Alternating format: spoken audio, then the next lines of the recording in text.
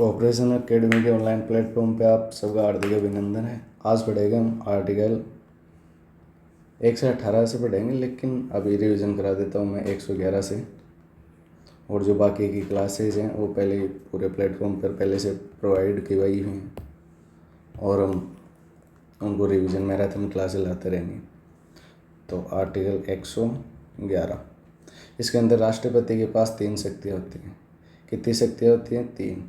एक तो सहमति देने की किसी भी बिल को, एक उस पर असहमत होने की, और एक बार उसे पुनर्विचार भेजने की। ये 3 शक्तियाँ होती हैं। या तो किसी बिल को क्या कर सकता है, राष्ट्रपति सहमत को कर सकता है, या किसी को असहमति कर सकता है, या उसे पुनर्विचार के लिए लौटा सकता है।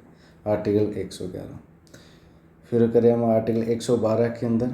आर्टिकल 112 के अंदर बजट का प्रावधान है। किसका प्रावधान है? बजट का, जिसे ऑफिशियल जो नेम है उसका वो है वार्षिक वित्तीय विवरण। वार्षिक वित्तीय विवरण। बजट का संविधान में कहीं पे उल्लेख नहीं है, लेकिन ये पहले जो परंपरा जैसे बोला जाता था, इसलिए ज़्यादा प्रचलित रूप इसका बजट है, लेकिन संविधान के अंदर इसका कोई उल्लेख नहीं है, तो इसलिए इसका नाम है वार्षिक वित्तीय विवरण। अब जो कैसे किया जाता है, कैसे पेश किया जाता है, तो सर्वप्रथम अगर हम देखें तो जो बजट है वो सबसे पहले राष्ट्रपति की पूर्व अनुमति से जिनको वित्त मंत्री क्या करता है, इसको पेश करता है। वित्त मंत्री पेश करने के बाद में ये 24 विभागीय समितियों के अंदर क्या होता है, बांटा जाता है। फिर यहाँ से आने के बाद के अंदर ये क्या जाता है, अनुदान की मांगों के लिए जाता है। जैसे अनुदान की मांगों के लिए जाता है, विपक्ष इसके अंदर क्या लाता है, कटौती प्रस्ताव। क्या लाता है? कटौती प्रस्ताव। फिर 3 तरह की कटौती प्रस्ताव लेके आते हैं। एक तो नीतिगत कटौती प्रस्ताव, एक मिथ्यावती, और एक सांकेतिक कटौती। इस नीति कटौती के अंदर तो क्या लाता है कि पूरे जो विपक्ष होता है वो पूरी नीतियों के प्रति असहमति जताता है और इसकी वैल्यू करके कितना कर देता है, 1 रुपये। और जो मिथ्यावती के अंदर जिसके क्या है, जो फिजूल खर्ची हैं उसको उजागर किया जाता है। सांकेतिक के अंदर इसे किसी एक विशेष योजना क्या की जाती है, आलोचना। एक विशेष योजना उसकी आलोचना की जाती है। और फिर बाद के अंदर इसमें 1 रुपये की कटौती का क्या लाया जाता है, प्रस्ताव लाया जाता है। फिर विपक्ष कहलाता है, ये कटौती प्रस्ताव लेके आ गया। उसके बाद के अंदर क्या हो जाती है, अनुदान की मांगे पारित। अनुदान की मांगे जैसे पारित होंगी, बाद के अंदर इसके अंदर क्या होता है, जैसे ये हो जाता है, फिर बाद के अंदर आता है अनुदान की मांगे क्या होगी, पास होगी, तो फिर लेके आएंगे विनियोग विधेयक। विनियोग विधेयक। जैसे विनियोग विधेयक आने के बाद के अंदर ये 2 चीज़ें होती हैं। अगर कोई चीज़ संचित निधि पर कोई चीज़ भारित है पहले से ही, तो उसके लिए तो ओनली सदन के अंदर क्या हो सकती है, चर्चा हो सकती है। क्या हो सकती है, चर्चा, मतदान नहीं होगा। अगर कोई नया जोड़ दिया गया संचय निधि पर कोई वेतन, तो उसके ऊपर चर्चा भी होगी और मतदान भी होगा। तो आर्टिकल 12 हम सबसे पहले तो राष्ट्रपति की पूर्व अनुमति से लाया जाएगा। बाद के अंदर 24 विभागीय समितियों में बांटा जाएगा। फिर बाद के अंदर अनुदान की मांगों के लिए जाएगा। फिर कटौती प्रस्ताव लेके आएंगे विपक्ष। फिर कटौती प्रस्ताव लाने के बाद के अंदर क्या होगा, अनुदान की मांगे पास होंगी। फिर अनुदान के पास होने के बाद में विनियोग विधेयक होगा। विनियोग विधेयक के बाद में 2 चीज़ें होती हैं। अगर संचय निधि पर कुछ भारित है पहले से ही, तो उसके लिए क्या नहीं होगा, मतदान नहीं होगा। अगर कोई नई चीज़ जोड़ी गई है तो उसके लिए क्या होगा, संचय निधि के ऊपर, तो उसके ऊपर मतदान भी होगा और चर्चा भी होगी। तो आर्टिकल 112। फिर कटौती प्रस्ताव, नीतिगत कटौती के अंदर कहते हैं सरकार के द्वारा मांग की गई संपूर्ण जो नीति है उसके प्रति क्या जताता है, असहमति। क्या जताता है, असहमति। और तथा अनुदान की मांगों को 1 रुपये कर दिया जाता है। और वैकल्पिक नीति भी क्या की जाती हैं, वैकल्पिक नीति भी पेश की जाती है। क्या की जाती है, वैकल्पिक नीति पेश की जाती है। फिर मिथ्यावती कटौती या इकोनॉमिक कट के अंदर इसमें बजट के फिजूल खर्चों को क्या किया जाता है, उजागर। कौन से खर्चों को, फिजूल खर्चों को। और फिर बाद में इसके अंदर क्या करता है, विपक्ष निर्धारित जो मतलब कटौती का जो चीज़ें हैं वो उसके अंदर फिजूल खर्ची के हिसाब से क्या करेगा, डिसाइड करेगा।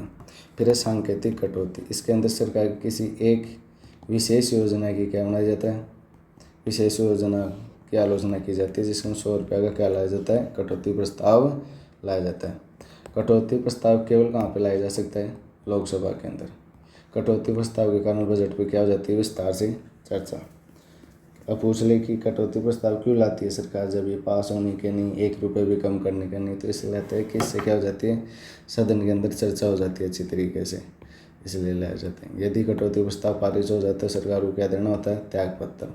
संचयन नीति प्रभारित हुए कौन कौन से थे? एक तो दूसरी अनुसूची के अंदर जितने भी क्या वेतन दिए गए राष्ट्रपति के दे रखा है, जो उच्च न्यायालय के न्यायाधीश हैं उनके दे रखा है, कैग का दे रखा है, और किसका दे रखा है? लोकसभा अध्यक्ष का दे रखा है, उपाध्यक्ष का दे रखा है, राज्यसभा अध्यक्ष का दे रखा है, उपाध्यक्ष का दे रखा है, इन सब का क्या दे रखा है?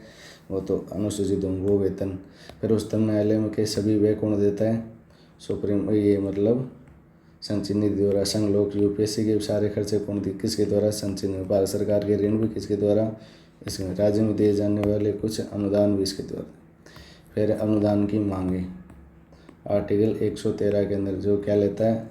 अनुदान की मांगे, उसके अंदर 113। फिर है विनियोग विधेयक, विनियोग विधेयक ये किसके अंदर है? आर्टिकल 114 के अंदर। जो अनुदान है वो कितने प्रकार? आर्टिकल 115 के अनुदान कितने प्रकार के अनुदान है? 3 प्रकार के। अनुपूरक अनुदान क्या होता है? जिसके अंदर ऐसी कोई योजना जिसके पहले क्या नहीं था, बजट के अंदर आवंटित नहीं थी उसके लिए राशि, लेकिन उस सेवा को क्या हो गया? यदि ऐसी जो बजट में आवंटित राशि अपर्याप्त हो, ऐसा नहीं था, क्या था? जिसके बजट के अंदर जो राशि क्या थी, जैसे कोई बजट के अंदर राशि क्या पड़ जाए? कम पड़ जाए, और फिर अतिरिक्त क्या हो बजट की, तो इसलिए क्या धन प्राप्त करने के लिए कौन सा लेके आते हैं? अनुपूरक अनुदान। फिर अतिरिक्त अनुदान, यदि कोई नई सेवा जिसका उल्लेख किसमें नहीं था, बजट के अंदर नहीं था, लेकिन इसी वित्त वर्ष के अंदर क्या करनी है सरकार को? धन की आवश्यकता हो, तो उसके लिए क्या करना है? अतिरिक्त अनुदान क्या करते हैं? पेश करते हैं। फिर अधिक अनुदान, अधिक यदि किसी वित्त वर्ष के दौरान क्या हो, सरकार में बजट में आवंटित की गई धनराशि क्या हो जाए? ज़्यादा भी हो जाए, तो उसे अगले वाले वित्त वर्ष के अनुदान क्या किया जाता है? अधिक अनुदान के अंदर क्या होता है? अगर कोई वित्त वर्ष था जिसके अंदर कोई राशि क्या की गई? आवंटित की, लेकिन उससे क्या हो गई? राशि ज़्यादा खर्च, तो उसे क्या बोलते हैं? अधिक अनुदान। ऐसी पेश करने हेतु राष्ट्रपति के साथ लोक सेवा समिति को आवश्यकता होती है। सभी अनुदान की मांगे राष्ट्रपति की पूर्व अनुमति से पेश की जाती हैं। तो आर्टिकल 115 के अंदर कितने प्रकार के अनुदान हैं? एक तो अनुपूरक अनुदान, एक है अधिक अनुदान, एक है अतिरिक्त अनुदान। अनुपूरक अनुदान के अंदर तो क्या होता है? कोई बजट के अंदर पहले से क्या था? उल्लेख था, लेकिन क्या कर गई? धनराशि क्या पड़ गई? कम पड़ गई, इसलिए अतिरिक्त। फिर है अधिक अनुदान। अधिक अनुदान के अंदर कोई धनराशि के अंदर क्या, बजट के अंदर कोई राशि आवंटित थी, लेकिन उस राशि से ज़्यादा क्या होगी? राशि लग गई, तो उसके लिए क्या अगले वित्त वर्ष के अंदर क्या लाएंगे? वो लाएंगे ये प्रस्ताव। फिर अतिरिक्त अनुदान, कोई क्या है? कोई भी सेवा थी जिसके अंदर क्या था? बजट के अंदर जितनी क्या थी? राशि आवंटित थी, उससे ज़्यादा खर्च होगी, तो इसके लिए कौन सा लेके आएंगे? अतिरिक्त अनुदान। नहीं, अतिरिक्त के अंदर क्या करेंगे? ऐसी कोई योजना जिसके अंदर पहले बजट के अंदर क्या नहीं था? उल्लेख नहीं था। क्या नहीं था? उल्लेख नहीं था, लेकिन अब क्या इसी वित्त वर्ष के अंदर क्या करनी है? इसको करना है, तो इसलिए क्या लाते हैं? अतिरिक्त अनुदान। फिर आर्टिकल 116 के अंदर क्या लेके आते हैं? लेखा अनुदान। क्या लेके आते हैं? लेखा अनुदान, वोट ऑन अकाउंट। बजट की प्रक्रिया मई से मार्च तक क्या होती है? पूरी होती है। कब से लेके? मई माह तक क्या होती है? पूरी होती है। बजट कब आ जाता है? 1 फरवरी को, और जो उसकी प्रोसेस कंप्लीट कब होती है? मई माह तक। इसके बीच वाले ड्यूरेशन के अंदर चलाने के लिए, जैसे जबकि नया वित्त वर्ष कब से स्टार्ट होगा? 1 अप्रैल से, तो इस अवधि में अप्रैल और मई के खर्चों को पूरा करने के लिए कौन सा अनुदान लेकर आया जाता है? लेखानुदान। कौन सा अनुदान? लेखानुदान। तो लेखानुदान क्यों लाया जाता है? जो कि मई की जो बजट की प्रक्रिया है वो कहाँ तक चलती है? मई तक। तो यार 1 अप्रैल से क्या होता है? नया वित्त वर्ष स्टार्ट होता है। तो अब इनके खर्चे, वो खर्चे कैसे पूरे हों, इसलिए क्या लाया जाता है इससे? तो उसके लिए लाया जाता है, क्या लाया जाता है? लेखा अनुदान। फिर है प्रत्यय अनुदान। क्या है फिर? पढ़ते अनुदान, वोट ऑफ क्रेडिट। यदि सरकार को आकस्मिक रूप से क्या हो जाए, धन की आवश्यकता। पढ़ते अनुदान के अंदर क्या होगा, धन को क्या हो जाए, सरकार को आकस्मिक तत्कालीन रूप से क्या हो जाए, पैसों की आवश्यकता हो जाए, तो आवश्यकताओं को कारणों का उल्लेख किए बिना यह अनुदान पेश किया जा सकता है। किसकी अनुमति से, राष्ट्रपति की। अगर सरकार को तत्कालीन रूप से क्या हो गई, पैसों की जरूरत हो गई, तो सरकार कौन सा अनुदान पेश करके पैसे लेगी, प्रत्या अनुदान। इसे फिर अप अनुदान। यदि ऐसी कोई सेवा है जिसका बजट में क्या था, प्रावधान नहीं होता और सरकार को धन की आवश्यकता पड़ गई या सरकार किसी अपास्वरूप आवश्यकता के लिए अनुदान पेश किया, इस हेतु राष्ट्रपति की पूर्व अनुमति आवश्यक नहीं है। फिर अंतरिम बजट। अंतरिम बजट जब सरकार के क्या बचे हो, कार्यकाल क्या बचा हो, कम बचा हो, तो उस कार्यकाल के लिए क्या लाया जाता है, अंतरिम बजट, जिससे उसका मुख्य बजट अगले वाले निर्वाचित क्या कर सके, पेश कर सके। क्यों लाया जाता है कि जब तक कार्यकाल है तब तक तो इसके बजट वाले काम हो जाएंगे, फिर बाद के अंदर जो नई सरकार है ना उसे पिछले वाले बजट के हिसाब से काम न बढ़े, अपनी नई नीति बना सके, लेकिन इसका संविधान में कोई उल्लेख नहीं है। फिर आर्टिकल 118। आर्टिकल 118 इसके अंदर है कि संसद अपने कार्यों को सुचारू संचालन के लिए स्वयं नियम बना सकती है। क्या कर सकती है, आर्टिकल 118 के अंदर क्लियरली मेंशन किया हुआ है कि जो क्या कर सकती है, संसद अपने कार्यों को क्या करने के लिए, सुचारू संचालन के लिए क्या बना सकती है, खुद नियम बना सकती है। क्या बना सकती है, स्वयं नियम बना सकती है। अब जो संसद के अंदर सबसे पहले कितने काल होते हैं, संसद के अंदर सबसे पहले क्या होता है, प्रश्नकाल। क्या होता है, प्रश्नकाल। देखो अगर समझ में नहीं आया तो मैं दोबारा समझाता हूँ कि संसद में अपने कार्यों को सुचारू संचालन के लिए स्वयं नियम बना सकते। जैसे संसद है, अब संसद के अंदर कब प्रश्न पूछे जाएंगे, कब प्रश्न नहीं पूछे जाएंगे, कब लंच होगा, इन सभी के लिए क्या होना होता है, टाइम टेबल बनाना होता है। क्या बनाना होता है, टाइम टेबल। ये टाइम टेबल बनाने का अधिकार किसको है, संसद को। किसको, संसद अपने अकॉर्डिंग क्या बना सकती है, टाइम टेबल बना सकती है कि उसको किस हिसाब से कैसे कैसे कार्य करने हैं। तो संसद ने जो नियम बना रखे हैं उनके अंदर सबसे पहले क्या आता है, प्रश्नकाल। क्या आता है, प्रश्नकाल। प्रश्नकाल कितने बजे से होता है, 11 से 12 बजे तक क्या होता है, प्रश्नकाल। सदस्य मंत्रियों से क्या पूछते हैं, प्रश्न पूछते हैं। और वो पूछे प्रश्नकाल कब से कब तक होता है, तो प्रश्नकाल होता है 11 से 12। 11 से 12 के बीच में क्या होता है, प्रश्नकाल। तो 11 से 12 के बीच में क्या होता है, प्रश्नकाल, जिसके अंदर क्या पूछते हैं, प्रश्न पूछते हैं। कौन पूछते हैं, सभी व्यक्ति, चाहे सो वो विपक्ष का हो चाहे पक्ष हो, वो किससे भी क्या पूछ सकता है, मंत्रियों से क्या पूछ सकता है, क्वेश्चन पूछ सकता है। जिस संबंधित डिपार्टमेंट है, जैसे किसी को क्या है, कोयला उद्योग से संबंधित अगर कुछ चीज़ें पूछनी है तो उससे रिलेटेड डिपार्टमेंट वालों को पूछेगा। अगर किसी को वस्त्र उद्योग से संबंधित चीज़ें पूछनी है तो उससे पूछेगा। अगर किसी को वित्त से संबंधित चीज़ें पूछनी है तो वित्त मंत्री से पूछेगा। अगर किसी को रक्षा से संबंधित चीज़ें पूछनी है तो रक्षा मंत्री से पूछेगा। अगर किसी को कानून व्यवस्था से संबंधित क्या पूछना है, क्वेश्चन पूछना है, तो वो किसको पूछेगा, गृह मंत्री को पूछेगा। ये सारी चीज़ें ऐसे क्या कर सकते हैं, अलग अलग तरीके से क्या पूछते हैं, क्वेश्चन पूछते हैं। कौन, विपक्ष वाला हो चाहे पक्ष वाला। तो 11 से 12 तक क्या पूछता है, क्या होता है संसद के अंदर, प्रश्नकाल। क्या होता है, प्रश्नकाल। कितने से कितना होता है, 11 से 12 तक। 11 से 12 तक क्या होता है, प्रश्नकाल, जिसके अंदर क्या पूछते हैं, मंत्रियों को क्वेश्चन पूछते हैं। कौन, सदस्य। फिर बाद के अंदर होता है शून्यकाल। क्या होता है, शून्यकाल।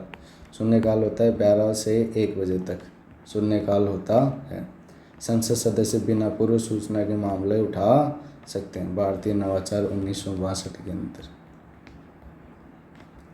ऐसा होता है शून्यकाल। जैसे शून्यकाल कब से कब तक होता है, 12 से 1। 11 से 12 क्या हो गया, प्रश्नकाल होगा। फिर जैसे प्रश्नकाल खत्म होता है फिर बाद में क्या होता है, शून्यकाल। प्रश्नकाल में तो क्या होता है, पहले ही सूचना रहती है कि ये क्या किए जाएंगे, ऐसे ऐसे प्रश्न पूछे जाएंगे। लेकिन जो शून्यकाल होता है उसके अंदर क्या होते हैं, संसद की बिना पूर्व सूचना के मामले क्या हो सकते हैं, उठा सकते हैं। कि संसद को पहले कोई सूचना दिए, कोई भी मामला के संबंधित कोई भी क्या कर लिया, क्वेश्चन पूछ लिए, कोई भी मामला उठा दिया डिबेट के अंदर, तो वो चीज़ें उठा सकते हैं। किसके अंदर, शून्यकाल के अंदर। शून्यकाल के अंदर हम क्या कर सकते हैं, शून्यकाल के अंदर हम कोई भी जो संसद को बिना सूचना दिए हुए क्या कर सकते हैं, कोई भी मामला उठा सकते हैं। और ये कब से किया गया है कि संसद को सूचना देने की आवश्यकता नहीं, 1962 से।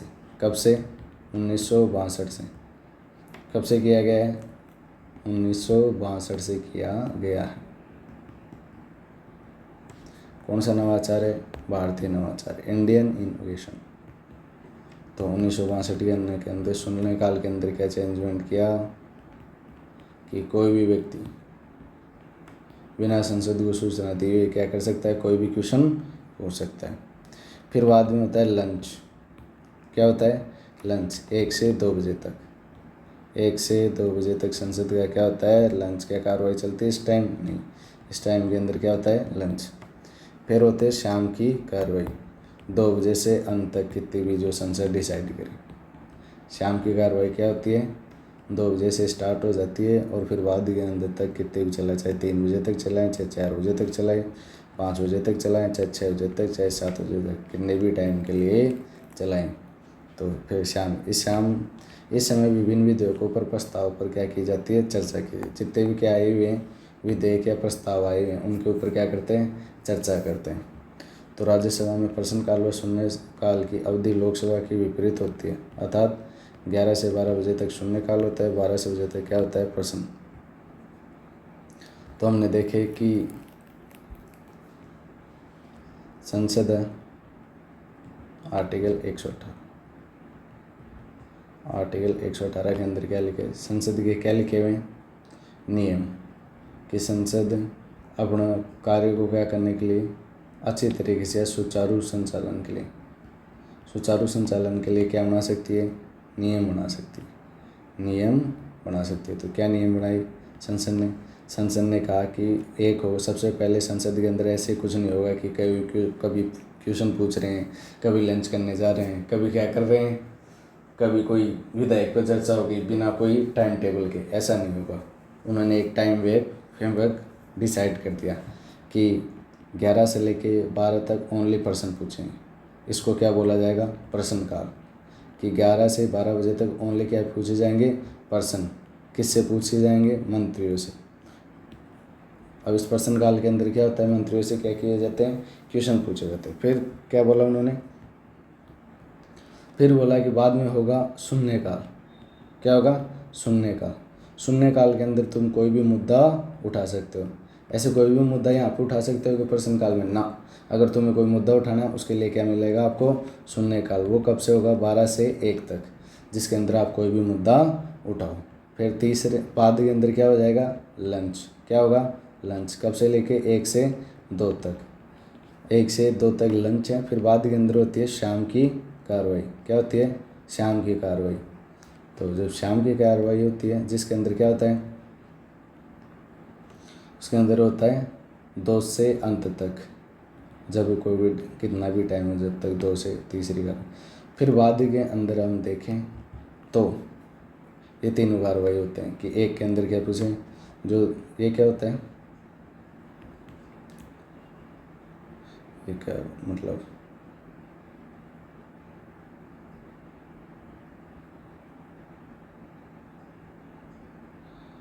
जो तीसरी कार्रवाई होती है उसके अंदर क्या कर सकते हैं, उसके अंदर हम कोई भी विधेयक पे क्या कर सकते हैं, कोई भी प्रस्ताव हो गया, कोई भी क्या हो गया, विधेयक हो गया, अगर उसके ऊपर हमें कोई चर्चा करनी है तो हम शाम के टाइम के अंदर करेंगे। शाम वाले टाइम के अंदर क्या करेंगे, 2 से जो बाद में लास्ट वाला सेशन है तीसरा, उसके अंदर क्या करेंगे, किसी प्रस्ताव या विधेयक पे क्या करेंगे, चर्चा करेंगे। तो ये सारे हो गए। अब प्रश्नों के प्रकार हैं, क्या कितने प्रकार के प्रश्न पूछे जा सकते हैं, क्या क्या मतलब क्या होता है, किस तरीके से पूछे जाते हैं। तो समझ में आया आर्टिकल 118। एक बार फिर से बता देता हूँ, आर्टिकल 118 कि संसद क्या बना सकती है, अपने सुचारू संचालन के लिए क्या बना सकती है, नियम बना सकती है। अगर उन्होंने नियम बना रखे हैं तो पहला नियम क्या है उसके अंदर की, पहले क्या होगा, प्रश्नकाल होगा, जो कितने बजे से होगा, सुबह 11 बजे से लेके 12 बजे तक क्या होगा, प्रश्नकाल होगा। प्रश्नकाल के अंदर कोई भी मंत्री से क्या पूछ सकते हो तुम, का किसी भी मंत्री से क्या पूछ सकते हो, प्रश्न पूछ सकते हो। फिर बाद के अंदर स्टार्ट हो जाएगा शून्यकाल, क्या हो जाएगा, शून्यकाल। शून्यकाल के अंदर हम क्या कोई भी मुद्दा उठा सकते हैं संसद के अंदर। कोई भी मुद्दा उठाने के लिए किसका वेट करना होगा हमें, शून्यकाल का। और शून्यकाल कब से स्टार्ट होता है, 12 से 1। फिर बाद में हो जाता है लंच। लंच कितना होता है, 1 से 2। क्या होता है, 1 से 2 तक क्या होता है, लंच। क्या होता है, लंच। फिर लंच के बाद के अंदर क्या होता है, फिर होता है शाम की कार्रवाई। क्या होती है, शाम की कार्रवाई। शाम की कार्रवाई के अंदर क्या कर सकते हैं, कोई भी विधेयक हुआ, जैसे कोई भी विधेयक जो महिलाओं से संबंधित है, जो उनको 106वां संविधान संशोधन करके क्या दे दिया गया, 33% रिजर्वेशन दे दिया संसद के अंदर विधान, तो दिया गया। जो उस जो मतलब ऐसे प्रस्तावों पर चर्चा कब कब करेंगे, शाम की कार्रवाई के अंदर। फिर ऐसे ये हो गया। फिर इनके अंदर अब ऐसा होता है कि ये तो सारा क्या था, लोकसभा का था। जो राज्यसभा का टाइम टेबल है वो भी सेम यही है, बस थोड़ा सा उसके अंदर परिवर्तन है। उसके अंदर प्रश्नकाल, जब लोकसभा के अंदर प्रश्नकाल होता है तो राज्यसभा के अंदर क्या चलता रहता है, शून्यकाल। क्या चलता रहता है, शून्यकाल। बस इनका टाइम क्या कर दो, ये बढ़ो। राज्यसभा के अंदर शून्यकाल कब होता है, 11 से 12। और प्रश्नकाल कब होता है, 12 से 1। लंच कब होता है, 1 से 2। और फिर बाद के अंदर जो क्या बचा, फिर शाम की कार्रवाई, वो क्या बचे, 2 बजे से अंत तक। समझ में आया, ये सेम होते हैं राज्यसभा के अंदर। अब तो पूछे जाते हैं ना कि संसद के अंदर सबसे पहले क्या जब पूछे जाएंगे, जब भी संसद स्टार्ट होती है पहले क्या पूछते हैं मंत्रियों से, प्रश्न। बाद में फिर प्रश्नों के प्रकार, कितने प्रकार के होते हैं प्रश्न, 3 प्रकार के होते हैं। एक तो होते हैं तारांकित प्रश्न, एक होते हैं अतारांकित प्रश्न, और एक कौन से होते हैं, अल्प सूचना प्रश्न, शॉर्ट नोटिस क्वेश्चन। अब क्या क्या होते हैं तारांकित प्रश्न में, तो क्या करते हैं, प्रश्न जिनके उत्तर मौखिक रूप से दिए जाते हैं, इसमें अनुपूरक प्रश्न पूछे जा सकते हैं, प्रतिनिधि। अब देखो तारांकित प्रश्न क्या होते हैं। तारांकित प्रश्न वो प्रश्न होते हैं जो क्या, जिनके उत्तर क्या दिए, मौखिक रूप से दिए जाते हैं। कोई भी तारांकित प्रश्न होगा उसका क्या देंगे, उत्तर हम कैसे देंगे, जो मंत्री उत्तर देगा वो कैसे देगा, मौखिक रूप से। हम किसी भी अब किसी ने क्वेश्चन पूछा तो क्वेश्चन के बहुत सारे फॉर्मेट हो सकते हैं, हम मतलब आंसर देने के, हम उसे मौखिक रूप से बोल के बता सकते हैं, लिख कर दे सकते हैं। लेकिन अगर कोई भी तारांकित क्या पूछा गया, क्वेश्चन पूछा गया, तो उसका आंसर हम कैसे देंगे, मौखिक रूप से। कोई भी मंत्री किसके रूप से देगा, बोलकर उसको बताएगा। इसमें अनुपूरक प्रश्न भी पूछे जा सकते हैं। और भी क्या किया जा सकता है, जब आंसर बता रहा है उस टाइम के अंदर क्या किया जाए, क्वेश्चन भी पूछे जा सकते हैं। तो तारांकित प्रश्न के अंदर क्या है, इसका आंसर कैसे मिलेगा, हमें मिलेगा मौखिक रूप से। कैसे मिलेगा, मौखिक रूप से। और इसके अंदर कौन से पूछे जा सकते हैं, अनुपूरक प्रश्न भी पूछे जा सकते हैं। कौन से क्वेश्चन पूछे जा सकते हैं, अनुपूरक। फिर है प्रतिनिधि। लोकसभा में 10 प्रश्न पूछे जाते हैं, लोकसभा के अंदर 20% और राज्यसभा के अंदर कितने क्वेश्चन पूछे जा सकते हैं, 15%। पूछे तारांकित क्वेश्चन एक दिन के अंदर। देखो ये टाइम डिसाइड, ये जो लिमिट है इसलिए क्या क्यों डिसाइड की गई कि एक दिन के अंदर बहुत सारे क्या हो जाएंगे, क्वेश्चन हो जाएंगे, तो इनका तो ना तो जवाब दे पाएंगे और ना सारी चीज़। तो इसको अंदर अच्छी तरीके से क्या कर लिया गया आइडिया कि लोकसभा के अंदर एक दिन के अंदर कितने तारांकित क्वेश्चन पूछ सकते हो, 20%। कितने, 20%। और राज्यसभा के अंदर कितने पूछ सकते हो, राज्यसभा के अंदर पूछ सकते हो 15 क्वेश्चन। कितने क्वेश्चन, 15 क्वेश्चन। तो 20 क्वेश्चन तो कहाँ पे, लोकसभा के अंदर, और राज्यसभा के अंदर 15 क्वेश्चन।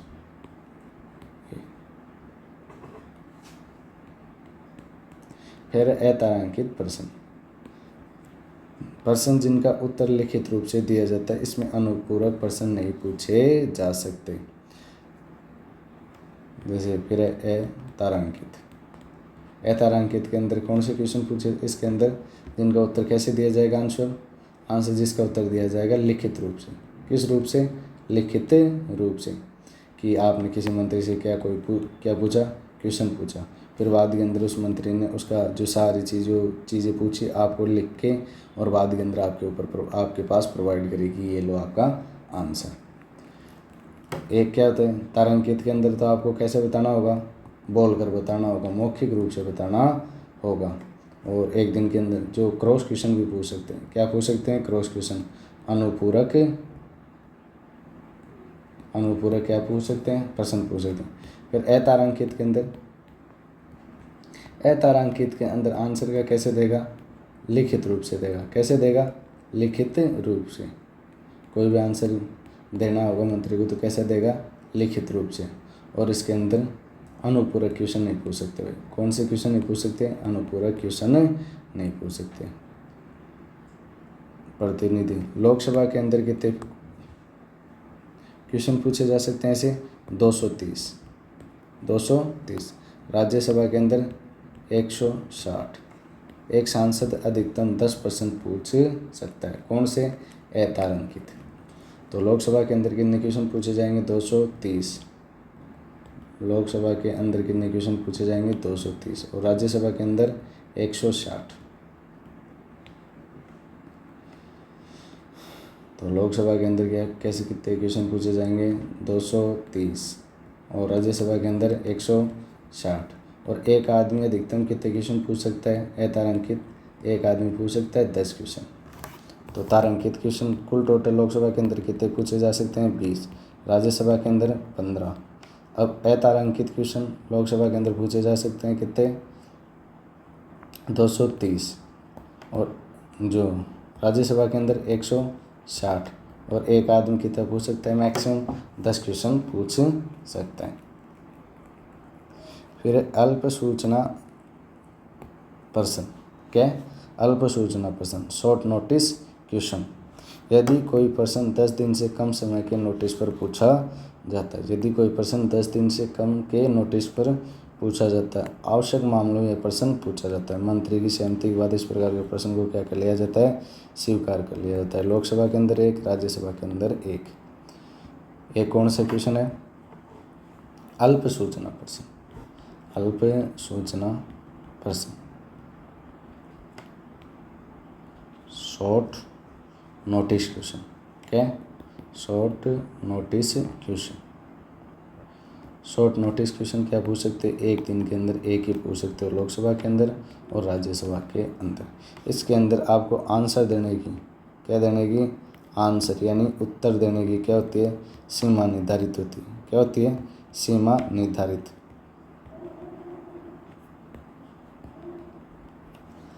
तो कैसे दे सकते हो, जिसके अंदर अगर 10 दिन से, क्या 10 दिन के नोटिस के, अगर मैं ये क्वेश्चन पूछ रहा हूँ तो कितने दिन में बताना होगा, ओनली 10 दिन के अंदर। 10 दिन के अंदर अगर किसी व्यक्ति को क्या लेना हो, आंसर लेना हो, तो वो कौन से क्वेश्चन पूछेगा, अल्प सूचना प्रश्न। अल्प सूचना प्रश्न के अंदर मंत्री को कब देना होगा, जवाब 10 दिन से पहले। कब, 10 दिन से पहले 10 दिन की नोटिस के ऊपर जारी करेगा। और ऐसा ऐसा क्यों पूछेंगे, तत्कालीन रूप से क्या हो जाए, अगर आवश्यक है कोई क्वेश्चन पूछना तो उसके लिए क्या करते हैं, अति आवश्यक मामलों के अंदर ये क्या पूछा जाता है, प्रश्न पूछा जाता है। फिर ये क्वेश्चन ऐसे स्वीकार नहीं किया जाएगा, अगर मंत्री इस प्रश्न को स्वीकार करेगा तो ही क्या करेंगे, इसके आंसर के लिए इसको रखेंगे, नहीं उसको लेंगे ही नहीं। किससे, जिस जो पूछ रहा है उससे। तो आर्टिकल 118, क्या आर्टिकल 118 के अंदर लोकसभा और राज्यसभा यानी संसद अपनी कार्रवाई को चलाने के लिए क्या बना सकती है, नियम बना सकती है। क्या बना सकती है, नियम बना सकती है। अब नियमों के अंदर उसने बनाया कि जो संसद होगा, कि जिसका जो पहले क्या होगा, जो सबसे पहले तो क्या होगा, प्रश्नकाल, फिर बाद में क्या होगा, शून्यकाल, फिर बाद में क्या होगा, लंच, फिर बाद में क्या होगा, शाम की कार्रवाई। ये तो किसके अंदर, लोकसभा के अंदर। राज्यसभा के अंदर शून्यकाल को ले आओ ऊपर, प्रश्नकाल को ले जाओ नीचे, फिर लंच, फिर और श्याम। प्रश्न काल के अंदर क्या पूछ सकते हैं मंत्रियों से? प्रश्न। क्या? मंत्रियों से प्रश्न। फिर शून्य काल के अंदर कोई भी क्या उठाया जा सकता है? मुद्दा उठाया जा सकता है। और बाद के अंदर लंच के अंदर तो लंच किया जाता है। शाम के अंदर 2 बजे से अंत तक कुछ भी, इसके अंदर कोई भी विधेयक है इनके ऊपर क्या होती है? चर्चा। फिर बाद के अंदर क्या है कि प्रश्न कैसे पूछ सकते हो? 3 प्रकार से तुम प्रश्न पूछ सकते हो। एक तो कौन से? तारांकित प्रश्न। कौन से प्रश्न? तारांकित प्रश्न। एक है अतारांकित प्रश्न, एक है अल्प सूचना प्रश्न। तारांकित प्रश्न तो कैसे पूछ सकते हो तुम? एक दिन के अंदर लोकसभा के अंदर 20 तारांकित प्रश्न के अंदर होता है कि जिसका आंसर क्या देना होगा मंत्री को? मौखिक रूप से देना होगा। किस रूप से? मौखिक रूप से, अगर बोल के बताना होगा। और इसके अंदर अनुपूरक क्वेश्चन भी क्या हुए जा सकते हैं? पूछे जा सकते हैं।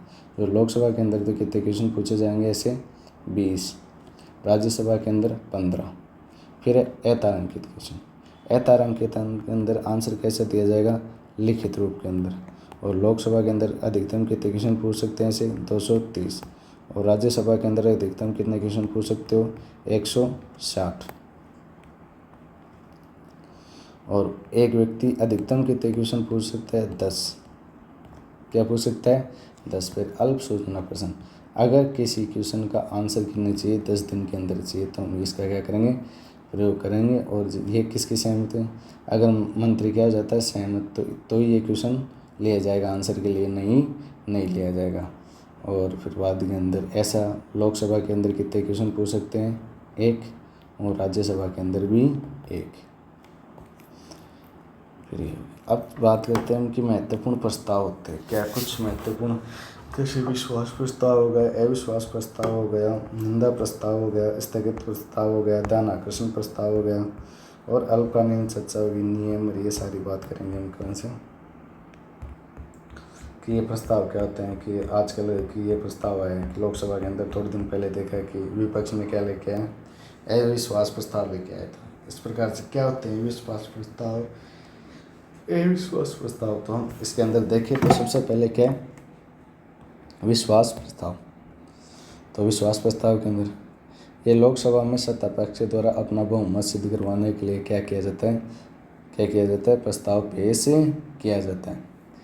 यदि यह पारित नहीं होता तो मंत्रिपरिषद को त्याग पत्र देना पड़ता है। सामान्यतः गठबंधन की सरकार में इसकी आवश्यकता पड़ती है। क्या था विश्वास पत्र? विश्वास प्रस्ताव। अब जैसे लोकसभा के क्या है? चुनाव है,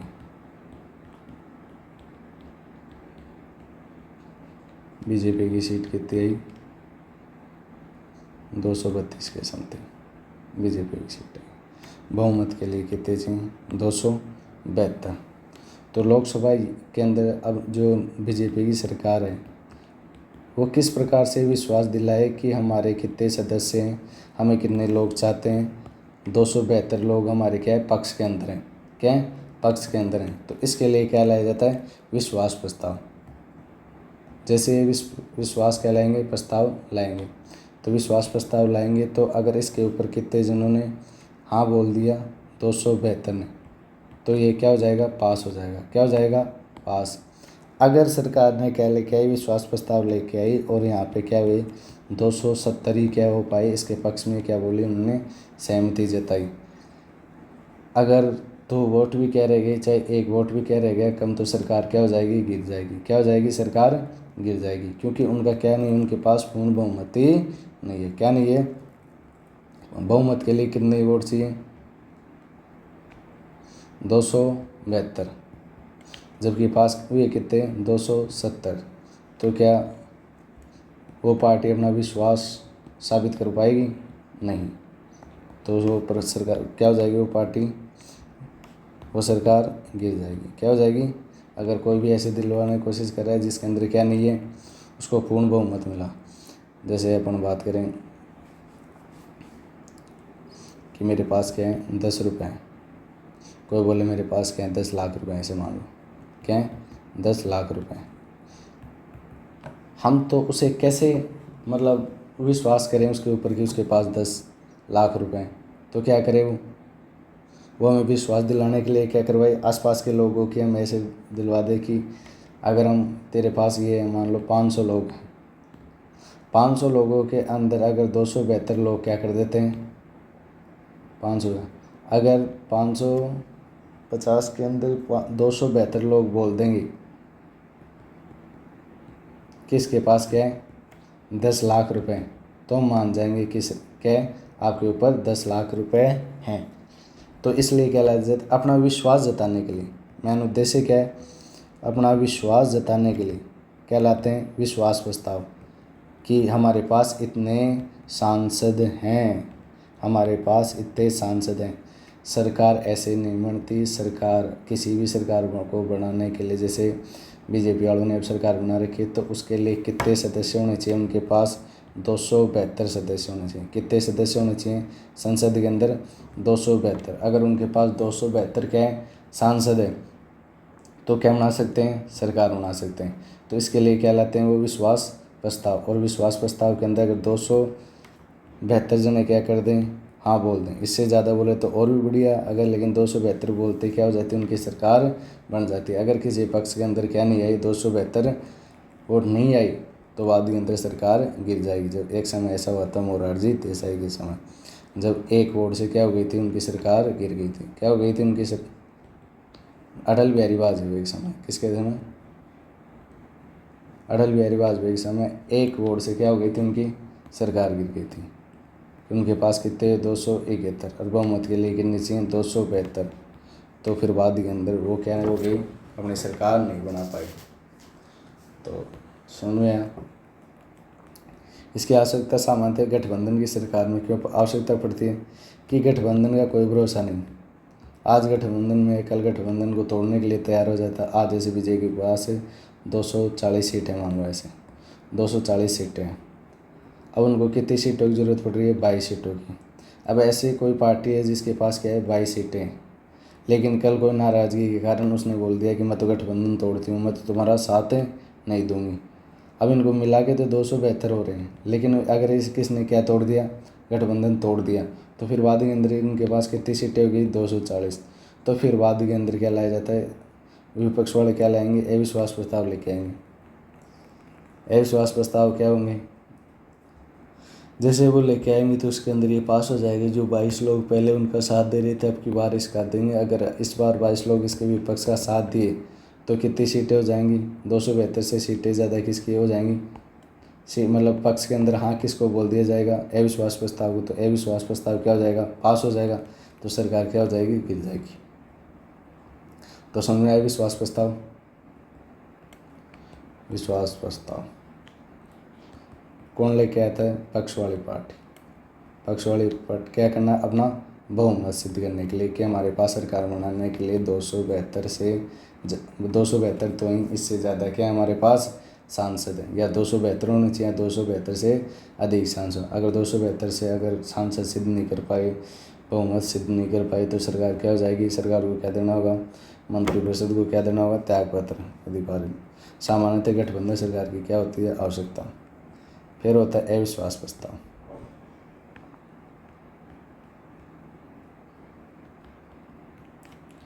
कौन सा प्रस्ताव है, अविश्वास प्रस्ताव।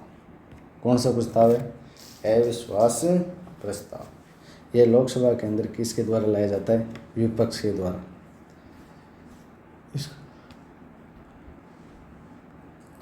अविश्वास प्रस्ताव कौन लेके आता है, विपक्ष।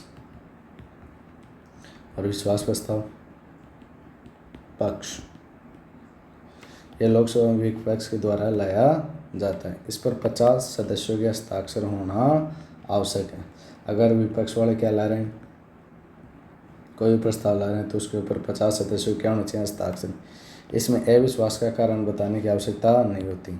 क्या नहीं होती, अविश्वास के कारण की अविश्वास प्रस्ताव क्यों लेके आ रहे हैं, सरकार को क्यों उनके ऊपर विश्वास नहीं है, क्या इनके पास सांसदों की कमी है, या और कुछ, या ऐसी नीति बना दी जिसके कारण इनके खुद के लोग भी क्या हो गए, इनसे सहमत नहीं, इनके खुद के लोग भी अगर वोटिंग कराओगे तो सरकार के पक्ष के अंदर नहीं होंगे। तो कारण बताने क्या नहीं है आवश्यकता है।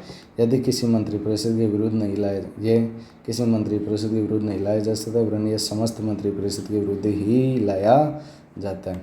यदि ये पारित हो जाता है तो मंत्रिपरिषद को त्यागपत्र देना होगा। इंदिरा गांधी के विरुद्ध लाया गया 15 बार, लाल बहादुर शास्त्री वी नरसिंह के बाद 3 बार, मोरारजी देसाई के बाद 1 बार, नेहरू अटल बिहारी वाजपेयी राजीव उन्होंने इनके मोरारजी देसाई के बाद 2 बार और नेहरू अटल बिहारी वाजपेयी राजीव गांधी मनमोहन सिंह एक बार लाया गया था।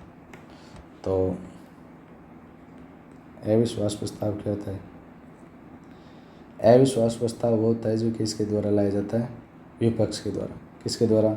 विपक्ष। क्या विपक्ष अविश्वास का कारण बताने के लिए बाध्य है? नहीं, कारण बताने की कोई आवश्यकता नहीं। किस चीज़ की आवश्यकता है? ओनली फॉर 50 जन क्या कर दें, 50 जनों का क्या हस्ताक्षर हो जाए, क्या हो जाए, सिग्नेचर हो जाए। बाद के अंदर क्या हो जाएगा, सदन के अंदर आ जाएगा 50 के बाद में। और क्या चाहिए इसके अंदर? अगर ये क्या हो जाए, पास हो जाए, तो मंत्रिपरिषद को क्या देना होगा, त्यागपत्र देना होगा। और क्या ये एक मंत्री के विरुद्ध लाया जा सकता है? एक मंत्री के विरुद्ध नहीं लाया जाता, बल्कि पूरी किसके लाया जाता है, पूरी मंत्रिपरिषद के खिलाफ लाया जाता है। किसी एक मंत्री के अंदर विश्वास न हो तो इसके लिए कोई अविश्वास प्रस्ताव नहीं ला सकता। किसके लिए लाया जाता है? पूरी की पूरी मंत्रिपरिषद के ऊपर की जितने भी मंत्री हैं उनके ऊपर क्या है, हमें अविश्वास है, तो इसलिए क्या ला सकते हैं, अविश्वास प्रस्ताव। तो विश्वास प्रस्ताव कौन ला के आता है? विश्वास प्रस्ताव तो लेके आते हैं सत्तारूढ़ पार्टी। कौन सी सत्तारूढ़ पार्टी जो पक्ष के अंदर है, जो पक्ष वाली। और अविश्वास प्रस्ताव कौन लेके आता है? विपक्ष वाली पार्टी। अगर इसके अविश्वास के अंदर कितने जनों की आवश्यकता होगी, 50 जनों की क्या हस्ताक्षर की आवश्यकता है। 50 जन हस्ताक्षर करेंगे तभी क्या लाया जा सकता है संसद के अंदर अविश्वास प्रस्ताव, मतलब लोकसभा के अंदर। फिर अगर ये पास हो गया तो समस्त मंत्रिपरिषद को त्यागपत्र देना होगा। ये एक मंत्रिपरिषद के खिलाफ नहीं लाया जाता, पूरी मंत्रिपरिषद के क्या लाया जाता है, खिलाफ लाया जाता है। कितनी बार लाजो इंदिरा गांधी के समय लेके आए थे प्रस्ताव, कितनी बार? 15 बार लेके आया था विपक्ष। मोरारजी देसाई के समय 2 बार, मनमोहन सिंह, अटल बिहारी वाजपेयी और नेहरू राजीव गांधी इनके समय एक बार क्या लाया गया था, अविश्वास प्रस्ताव लाया गया था। फिर राजस्थान में 13 बार अविश्वास प्रस्ताव और 5 बार क्या लाया चुका है, अविश्वास प्रस्ताव। राजस्थान के अंदर कितनी बार ला सकते हैं इसको? उन्होंने 13 बार क्या लेके आए, अविश्वास प्रस्ताव, 5 बार विश्वास प्रस्ताव। फिर निंदा प्रस्ताव। कौन सा? तीसरे पर निंदा प्रस्ताव। चूँकि मंत्रिपरिषद केवल लोकसभा के प्रति उत्तरदायी होती है, इसलिए लोकसभा ही मंत्रिपरिषद की क्या कर सकती है, निंदा। अतः निंदा प्रस्ताव केवल लोकसभा में लाया जा सकता है। इस पर कितने 50 सदस्यों के क्या होने चाहिए, हस्ताक्षर होने चाहिए। इसमें निंदा का कारण बताना भी क्या है, आवश्यक है। यह किसी मंत्री विशेष या मंत्रियों की सुनवाई समस्त मंत्रिपरिषद के विरुद्ध भी लाया जा सकता है। यह यदि पारित हो जाता है मंत्रिपरिषद को कहते हैं त्यागपत्र नहीं देना पड़ता। अब तीसरा कौन सा है? पहला हमने लेके आए विश्वास प्रस्ताव, जो पक्ष वाले लेके आते हैं, बहुमत सिद्ध करने के लिए लेके आते हैं। फिर दूसरा हो गया अविश्वास प्रस्ताव। कौन सा होगा? अविश्वास प्रस्ताव। यह कौन लेके आता है? विपक्ष लेके आता है। कौन लेके आता है? विपक्ष। कितने जनों की आवश्यकता होती है सिग्नेचर? 50 जनों के बाद के अंदर। और ये पूरी मंत्रिपरिषद के खिलाफ ही लाया जाता है। अगर ये पास हो गया तो उनको क्या देना होता है, त्यागपत्र देना होता है। अब निंदा प्रस्ताव। निंदा प्रस्ताव कहाँ पे लाया जा सकता है? ये किसी मंत्री विशेष के विरुद्ध भी लाया जा सकता है, पूरी मंत्रिपरिषद के खिलाफ भी लाया जा सकता है। तो उसके खिलाफ क्या लाया जा सकता है, ये निंदा प्रस्ताव। अब ये मंत्रिपरिषद किसके प्रति उत्तरदायी होती है? लोकसभा के प्रति। किसके प्रति? लोकसभा के। तो ये प्रस्ताव ओनली फॉर कहाँ पे लाया जा सकता है? लोकसभा के अंदर। कहाँ पे लाया जा सकता है? लोकसभा के अंदर। लोकसभा के अंदर अगर किसी को लाना हो तो कितने जनों के हस्ताक्षर होने चाहिए? 50 जनों के हस्ताक्षर होना चाहिए। अगर ये पास हो गया तो क्या सरकार गिर जाएगी या मंत्रिपरिषद को त्याग पत्र देना होगा? नहीं, ऐसे कोई इसके अंदर वो नहीं है। अगर ये पास भी हो जाता है तो क्या होती है? पास हो जाता है तो ऐसा होता है कि निंदा होती है सरकार की, लेकिन क्या नहीं है, यदि पारित हो जाता है तो मंत्रिपरिषद को त्याग पत्र नहीं देना पड़ता है। ये किसी एक मंत्री के विरुद्ध भी ला सकते हैं, कोई पूरा मंत्रियों का समूह उसके विरुद्ध भी ला सकते हैं, पूरी मंत्रिपरिषद के खिलाफ भी। तो निंदा प्रस्ताव किसी मंत्री के विरुद्ध भी ला सकते हैं, पूरी मंत्रिपरिषद के खिलाफ भी ला सकते हैं, किसी मंत्रियों के समूह के विरुद्ध भी ला सकते हैं। मंत्रिपरिषद किसके विरुद्ध? मंत्रिपरिषद किसके प्रति उत्तरदायी होती है?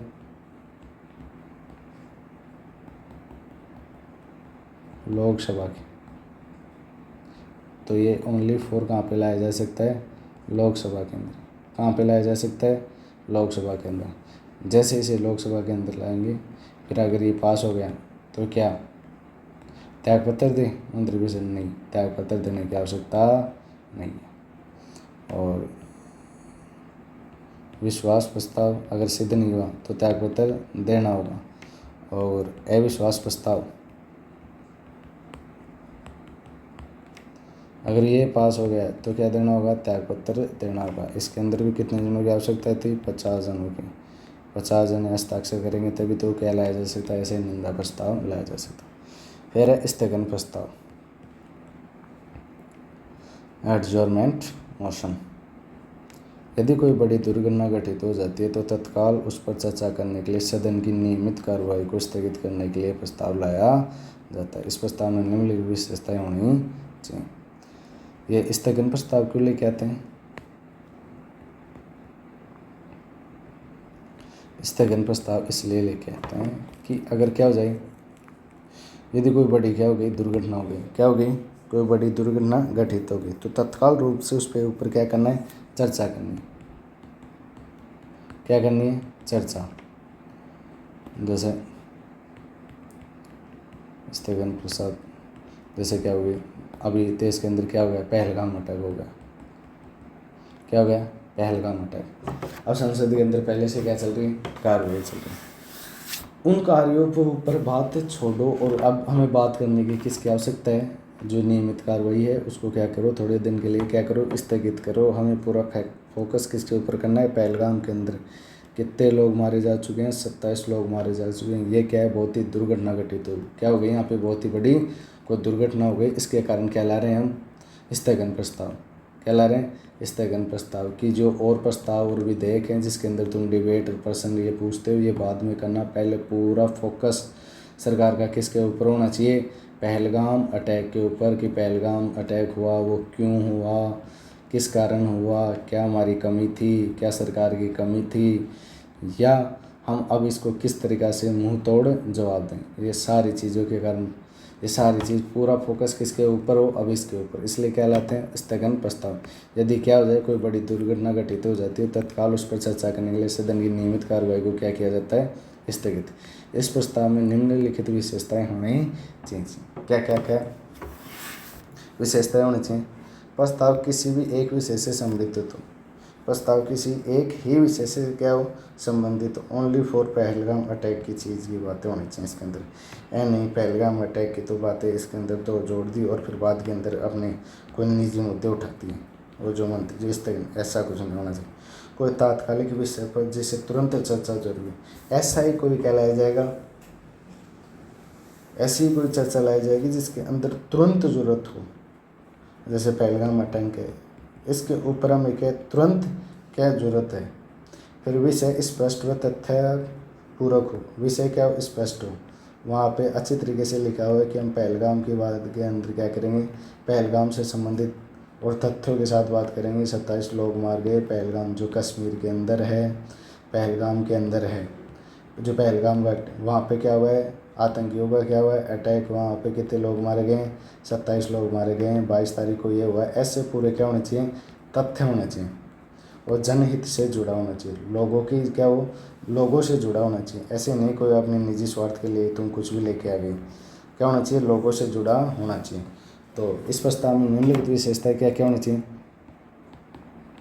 प्रस्ताव किसी एक विषय से क्या हो, एक विषय से संबंधित हो, जिसके अंदर जो विषय है वो क्या हो, क्लियर हो, अच्छी तरीके से मेंशन किया हो, तथ्यात्मक रूप से जानकारी हो और जनहित से क्या हो, जुड़ा हो, और इसके ऊपर तत्कालीन रूप से चर्चा करने की क्या हो, आवश्यकता हो। चूँकि स्थगन प्रस्ताव में सरकार की निंदा का अंश होता है, इसलिए इसे केवल लोकसभा में ही लाया जा सकता है। इस पर 50 सदस्यों के क्या होने चाहिए, हस्ताक्षर होने चाहिए। जैसे निंदा प्रस्ताव आया, ये जैसे क्या आ गया, स्थगन प्रस्ताव। अब देखो पहलगाम अटैक हुआ, पहलगाम अटैक हुआ। आपको पहलगाम अटैक भारत के अंदर हुआ, उसके अंदर कितने लोग मारे गए, 27 लोग मारे गए। अब 27 लोग मार गए तो वहाँ पे सरकार की क्या है, कुछ ना कुछ क्या है, डिमेरिट है, कुछ ना कुछ वहाँ पे क्या है, कमियाँ हैं, कि जिसके कारण क्या है, सिक्योरिटी ब्रीच हुई, सुरक्षा का तंत्र टूटा और फिर बाद में इतना बड़ा क्या हो गया, आतंकी हमला हो गया। तो इसके अंदर क्या है, सरकार की निंदा, सरकार की निंदा का अंश भी है। क्या है, सरकार की निंदा का अंश। अब सरकार की निंदा का अंश है तो क्या करेंगे, ये इसे ओनली फॉर कहाँ पे लाया जा सकता है, लोकसभा के अंदर। किसके, लोकसभा के अंदर, क्योंकि जो मंत्रिपरिषद होती है वो किसके प्रति उत्तरदायी होती है, लोकसभा के प्रति।